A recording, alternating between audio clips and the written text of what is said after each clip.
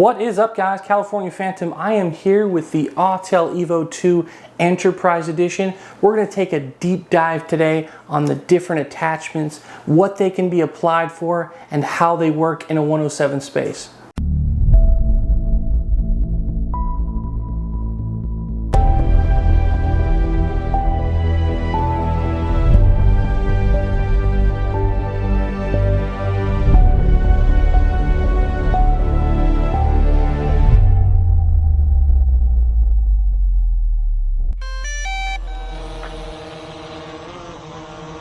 Here's the data connection point. It's quite simple with a single point connected to a 2-screw system, mounts down securely, fixing itself to the Enterprise.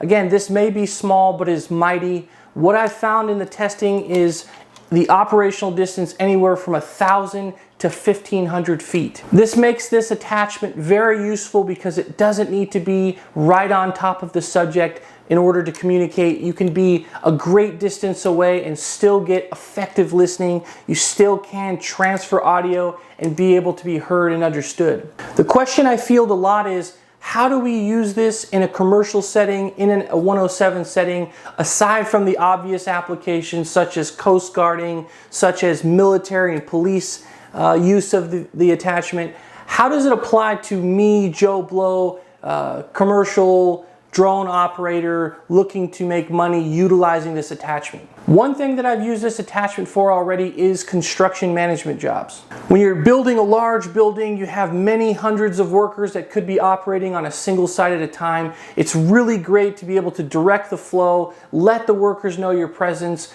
maybe arrange situations where you want to set some workers up in a specific action or movement. This attachment allows for greater coordination between the workers and what I'm looking to accomplish at the drone at the time, and it's excellent for construction management. Another fantastic application that I've already used it for is local TV. Now, I do on occasion local TV spots from my area. I've been doing a lot in the San Jose region as of late. By having the speaker attached to the unit, I'm able to use it like a director. I can direct the actors, direct the talent, direct people that may not necessarily need or want or be licensed to be in the shot out of the shot. So it's very effective when creating these local TV spots to be able to sort of manage the scene at a given time very quickly and effectively.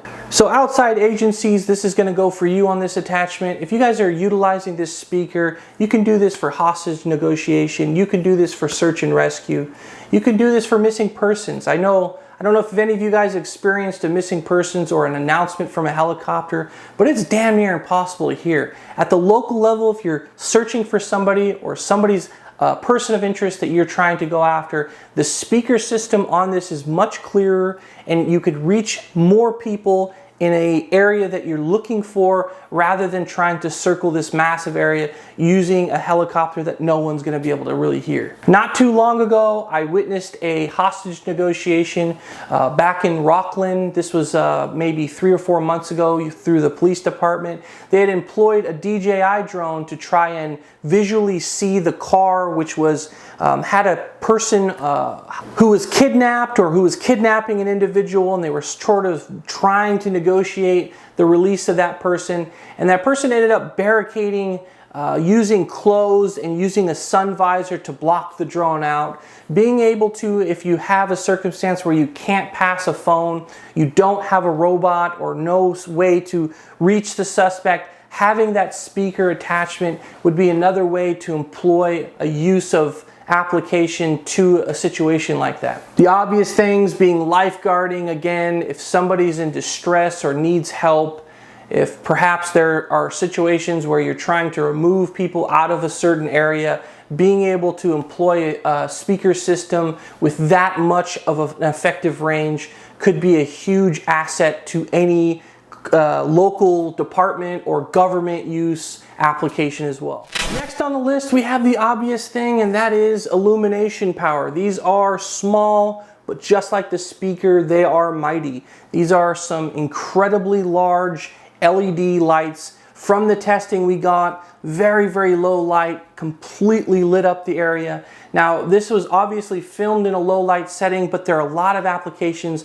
that may extend to a use in the middle of the day for something like this. Government agencies and state agencies like bridge inspections, like tower inspections, where you're gonna be putting your drone in a vicarious situation. You're gonna have low light scenarios under a bridge or on a tower, and you may wanna get in somewhere and illuminate it to really get detailed imagery from that. The light allows this to happen. These incredible lights have the same sort of attachment feature. Obviously, the two mounting screws, the central port that connects to the drone itself. This is operating roughly 600 lumens out of these two tiny lights. And again, the applications in the commercial setting is vast. Coming from my use in the commercial space, I've used them on large skyscrapers, large buildings for roof inspections, for gutter inspections, for various things where I needed to light up the situation given a vicarious angle or a shadow that's casted that doesn't really show up or translates well into video. These lights allow for the illumination in these spots, and again, it doesn't expend to just my experience.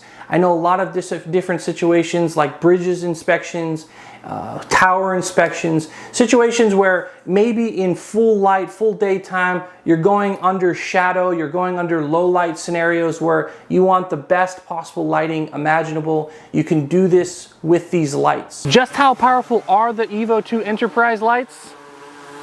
That's strong. If you saw from my video, I used it in a low light setting, but again, that doesn't limit it to low light setting, but it definitely shines the best. It demonstrates what the drone's light capability truly are and maximizes that potential, that use of that attachment. I'm thinking agency, government, local level, police obviously would be a tremendous asset to use those flashlights.